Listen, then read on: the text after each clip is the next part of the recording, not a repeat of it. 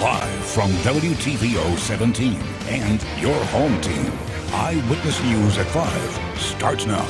Police released new information in a drive-by shooting that killed a 19-year-old man. Investigators hope the public can help with the gunman behind bars.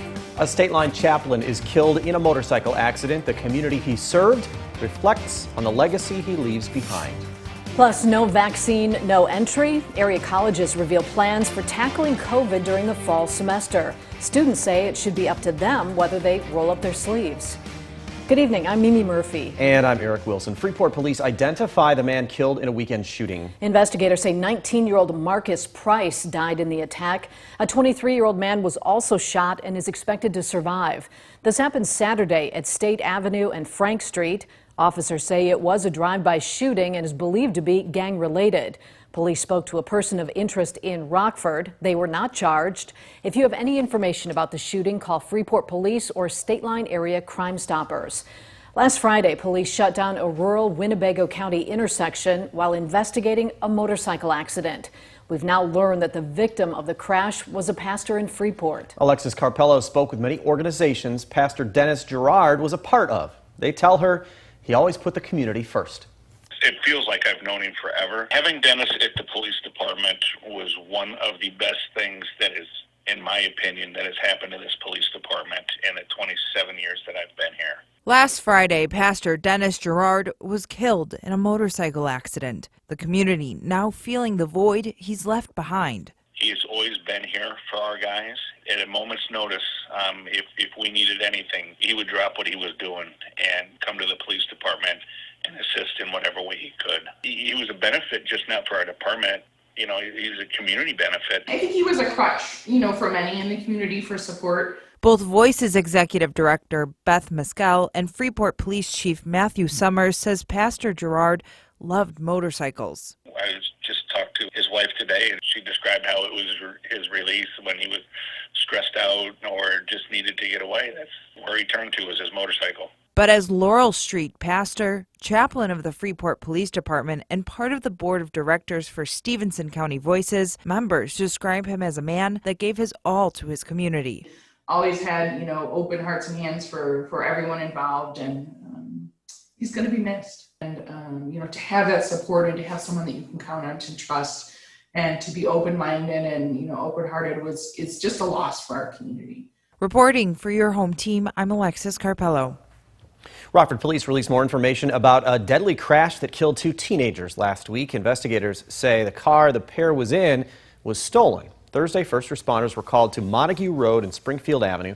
Police say 3 teenage boys were speeding in a stolen Toyota Camry when the car hit a Pontiac Vibe. A 14 and 15-year-old died at the scene. Their names have not been released. Another 15-year-old boy was taken to the hospital and is expected to survive. Police say the Friday standoff stemming from a stabbing incident involved 2 women. Officers were called to Parmalee Street Friday evening. They found a woman there who'd been stabbed in the back. Investigators say 54-year-old Beta Kowalczyk held the knife. She ran inside a home and refused to come out. The suspect eventually surrendered and is charged with aggravated battery with a deadly weapon. The victim is expected to be okay. Police did not say how the women know each other. Winnebago County Sheriff's deputies catch a would-be Burlington Coat Factory burglar in the act. This happened early Saturday morning at the East State store. That's where officers say they saw a man checking the cash registers. Tyshawn Ferguson reportedly ran to the back of the store where investigators arrested him. The 32-year-old faces burglary charges. The state of Illinois updates its mask requirements to align with the latest CDC guidance. Fully vaccinated people no longer need to wear a mask or practice social distancing in most indoor and outdoor settings. Governor J.B. Pritzker also lifted his executive order requiring masks. Face coverings will still be required indoors for those who haven't received the shot and for everyone in schools, healthcare settings, congregations, and transit. The state is offering more rental assistance to households struggling to make ends meet due to COVID. Governor Pritzker made the announcement today. $1.5 billion will be up for grabs to help renters through August 2022. Tenants can receive up to $25,000. The Illinois Rental Payment Program will ensure more than 120,000 household renters see relief. with more renters potentially being touched in the future, too. A similar program will be announced in the coming weeks for mortgage and utilities relief. If you'd like to apply for assistance, you can find more information at mystateline.com. It might be graduation season now, but state-line colleges and universities are already making plans for the fall semester. That includes whether campuses will require students to get the COVID vaccine. Rachel Perry's been looking into different schools' plans, and what have you found out, Rachel? Yeah, Mimi and Eric, we still have not heard from several colleges in the area on what their fall plans are going to look like. But I spoke with state-line students on where they stand with the vaccine. It shouldn't be forced upon people. I think it should be a choice. As more and more people get the COVID-19 vaccine, many state-line students are wondering if they'll be required to be vaccinated before fall 2021 in-person classes. I reached out to local colleges and universities for some answers. In a statement, Rockford University president tells me that at the present time, they will not require students to be vaccinated. Both NIU and Rockford's UIC campus have similar plans, but all three say they strongly encourage all students, faculty, and staff to get it. But do students feel the encouragement is enough? I feel like people should be vaccinated, just in case, and then if you aren't, then maybe to stay online for school. And while the vaccine may not be required, it could make things easier on students. NIU announced students who provide proof of vaccination will be excused from the weekly COVID-19 testing requirement for summer and fall 2021. But with or without the vaccine, most schools plan to continue to require face coverings on campus, something aspiring nurse Kara Young agrees with. Well, since the vaccine is still experimental, I feel like maybe it should be still required to wear a mask. Unlike Young, Brenton Shaw says he doesn't like having a vaccine or mask mandate. I think it's a free world and everybody should get to make their own choices. Rock Valley College leadership team will meet tomorrow to discuss their vaccine plans. Currently, no state-line schools have announced a vaccine requirement, but we will keep you posted with any future updates. Eric? Thanks, Rachel. Summer just got a little brighter. The Stevenson County Fair will happen in late July. Livestock shows, carnival rides, games, and food will return to the fairgrounds. Organizers say that's because COVID cases are dropping and vaccinations are increasing. Families can also enjoy grandstand events, pageants, the beer tent, and other fair favorites. Once again, fun kicks off Tuesday, July 27th and wraps up on the 31st. Check out the My State Line app for a full calendar of events. A state-line hiking trail has seen a lot of action amid the pandemic. Atwood Trails in New Milford is an outdoor destination through all 4 seasons. That's why the Rockford Park District is revamping the path. Crews broke ground on phase 2 of a construction project there today. It includes creating trails at different levels of difficulty for all to enjoy. The Atwood Silent Sports Trail System, which is approximately 5 miles of purpose-built off-road single track, which are off-road trails for mountain bikers, trail runners, cross-country skiers, hikers, all manner of outdoor enthusiasts. The renovations are being funded through tax dollars and donors. Democrats and Republicans insist they're inching closer to a deal on a federal infrastructure plan. After the break, the two sides remain divided on how to pay for the massive bill. Plus, Rockford's police force could soon strap on body cameras. Coming up tonight at 6, we'll tell you what we know about the technology ahead of the city council vote to make them standard equipment. Temperatures continue their climb for us now that we've been able to see a little bit more sunshine, warming into the 70s, but not everybody is at that number here this evening. We really see those numbers climb by the end of the week. I'll have more on that and when we could potentially see more rain. That's all coming up here in your first warn forecast a little later. You're watching Eyewitness News, your home team with Eric Wilson, Mimi Murphy, Sports Director Scott Leber, and Chief Meteorologist Candice King.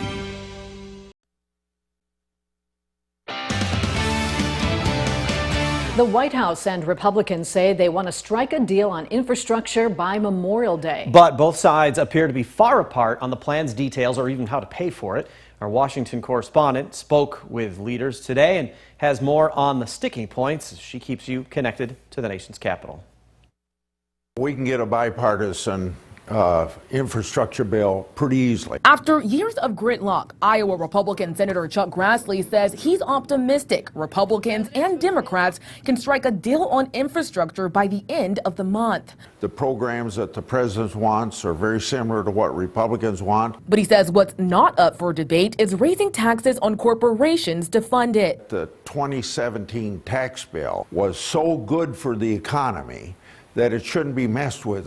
Grassley says Democrats should consider tapping unused COVID response funds instead. Easily finance $600 billion. But Democrats disagree. Illinois Senator Dick Durbin tells me while there are some leftover funds, he says it's not nearly enough money to fund a massive federal infrastructure plan. That may not even take care of the state of Iowa. Durbin says Republicans need to come up with a plan that doesn't burden middle-class Americans. Tell us how you'll pay for it. They said, we're just dealing with user fees like the Highway Trust Fund. The Highway Trust Fund is filled by the taxes that we pay at the pump for gasoline. Missouri Republican Senator Josh Hawley says he just hopes the final plan is focused on traditional infrastructure. Do I support raising taxes to pay for a bunch of welfare spending? I do not. If it's about holding corporations accountable to actually pay their taxes and to stop offshoring jobs, then count me in. Republicans are expected to introduce a counter-infrastructure proposal Tuesday. In Washington, Raquel Martin. We have a summer-like warm-up on tap for the end of the week. But we'll have to deal with some rain first. When we come back, Candice will tell us just how much rain we can expect. Now, your first warned weather forecast with Chief Meteorologist Candice King. Well, after we were filled with the cloud cover for most of this morning and afternoon, seeing a little bit more sunshine as that drier air really taking hold over parts of Wisconsin and here in northern Illinois, and temperatures responding as a result, climbing into the 70s from Rockford to Janesville to Monroe, 67 in Freeport, 65 though in Rochelle and DeKalb, and 63 degrees right now in Dixon. This is an area where we've had a little bit more cloud cover, and it's been slow to kind of clear out. You see almost a mostly sunny sky out of the Park Hills Golf Course here in Freeport. A live look at that wind coming in from the southeast for us this afternoon and evening, but a little bit more cloud cover as we shift a little further to the south now, looking at the Rochelle Airport off to the northwest and still dealing with a mostly cloudy sky. Now, we are going to see kind of that cloud cover clear out just a bit, but then begin to fill back in here as we go through the remainder of this evening. Our weather watcher numbers in the 70s as well. 71 degrees for Ken and Belvedere. South Beloit, Ben checking in with 73 and 73 degrees right now for Bob here on the southeast end of Rockford. Dew point numbers in the 50s. So what we're going to see here over the course of the next couple of days is a little bit more moisture begin to move in. So by the end of the week, it might actually feel a little bit more on the muggy side, but we've got a warming trend, and quite the warming trend it is, as our temperatures are going to go up. They'll go down a little bit tomorrow, only because we'll add in a bit more cloud cover, but a return of more summer-like heat will be there as we head towards the end of this week. In fact, our temperatures climbing into the 80s to Thursday, Friday, Saturday, upper 80s on Sunday. And each day we do have a chance for an isolated shower or thunderstorm, but by the end of the week, those only staying fairly isolated. Hopefully that chance for rain goes up a little tomorrow, and it should. We do need the rainfall. It's been down to the south because that dry air has really limited the northward progression of that. And the showers and even a few isolated thunderstorms have been mostly confined to our south. But we do have a little disturbance kind of kicking out of Missouri, and this will lift into Iowa and eventually into Illinois by tomorrow morning. So what that is going to do is bring in a little bit more moisture, and with that moisture we should see kind of those showers expand a little as we go through the overnight tonight and during the day tomorrow. Now, Futurecast keeps it very, very scattered. I do think through the morning hours we'll have a chance for some rainfall. That'll kind of become more scattered then in the afternoon as we begin to dry out. Can't completely rule out an isolated thunderstorm or two during the afternoon hours, but that would be it. I think the best time to get a little more steady rain would be for the first half of the day tomorrow. After that, we'll hang on to a few scattered showers going into Tuesday evening. Same thing for Wednesday too. We've got a ridge of high pressure that builds in, but we're still very close to that outer fringe of the ridge. So that could leave us with a few scattered showers during the day on Wednesday.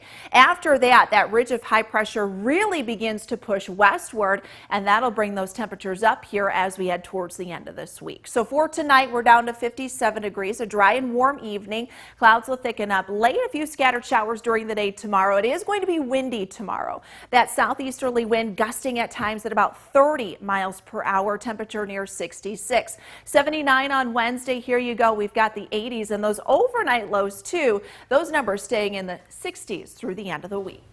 Well, that forecast just screams summer, doesn't it? Yes, it does. Thanks, Candice. Scott's in next to talk sports. The Blackhawks are keeping Derek King as the Ice Hogs head coach. Scott will tell us why that's the right decision. And the Cubs are set to face John Lester and Kyle Schwarber tonight. Scott weighs in on if the Cubs were right to let those two go.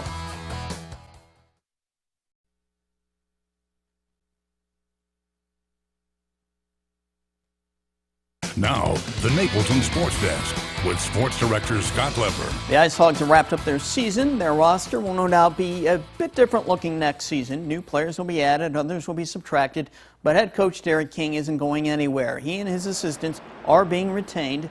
King told me this afternoon he's been given a 3-year contract extension. The Ice Hogs haven't exactly set the American Hockey League on fire during King's 2+ seasons as the head coach. They've basically been a .500 team. This season, they finished in last place in the Central Division, 7 games below .500. So why are the Blackhawks so dead set on keeping King? Well, he fulfills the Blackhawks' first requirement. He does a good job developing prospects. Look at the strides Kevin Lankinen, Brandon Hagel, and Philip Kurashev made under King. They were key players for the Blackhawks this season. Also this season, King did a good job juggling a roster that included 17 rookies. It was the youngest roster in Ice Hogs HL history. King's experience as an NHL player also helps him relate to these guys, and King keeps his emotions steady through the ups and downs of a season, which also helps these young players stay steady. He gets the most out of the talent he has, and his guys play hard for him. A good example was last Monday at Chicago when the Hogs fell behind 6-1 and closed the gap to 6-5 before losing. The Blackhawks and the Ice Hogs have a good leader in Derek King, and I'm glad to know that will continue. The Cubs will be seeing a couple of their former teammates and World Series heroes the next few nights when they host the Nationals. Kyle Schwarber and John Lester now play for the Nationals. Lester, in fact, gets the starting assignment tonight at Wrigley Field. I didn't have a problem with the Cubs letting both of those guys go last winter, and I still don't. Lester wasn't productive the last couple of years. This season in 3 starts, he's 1-0 with a very good 2.25 ERA. It was time for the Cubs to move on from him. Schwarber is putting up typical Kyle Schwarber stats for the Nationals, a woeful .223 batting average, but 5 home runs and 15 RBI. At his current pace, he'll hit 28 homers and 88 RBI. Not bad.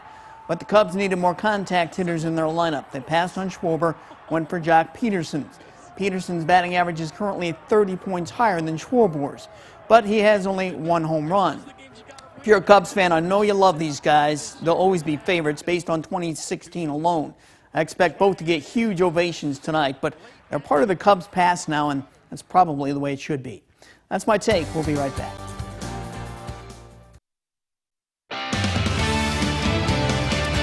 Warning interactive radar brought to us by Rockford Auto Glass and More. The rain showers, they've been so close, but they just have not made it this far to the north, and we are going to stay dry for the rest of this evening. However, we should see the rain showers increase tomorrow as the disturbance kind of works up and lifts into northern Illinois and southern Wisconsin. Temperatures in the 60s tomorrow. Notice we don't drop much tomorrow night. 80s by the end of the week. Looking good. Thanks, Candice. And thank you for spending time with us. Stay safe.